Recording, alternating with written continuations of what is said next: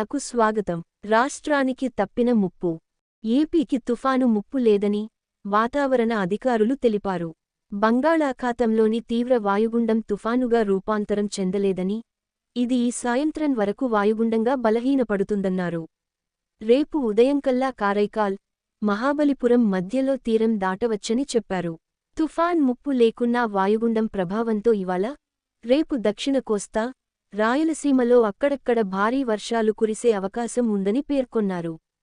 తమిళనాడులో భారీ వర్షాలు. ఫెంగల్ తుఫాను ప్రభావంతో తమిళనాడులోని పలు జిల్లాల్లో భారీ వర్షాలు పడుతున్నాయి.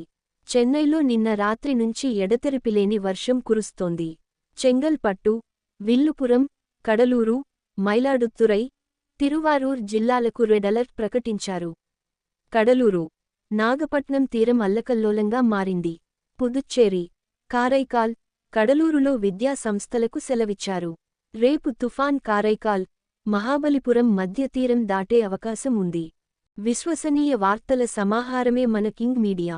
దయవుంచి మన కింగ్ మీడియా ఛానల్ను లైక్ చేయండి, షేర్ చేయండి, సబ్స్క్రైబ్ చేయండి. మరి కొందరితో చేయించండి. ధన్యవాదములు.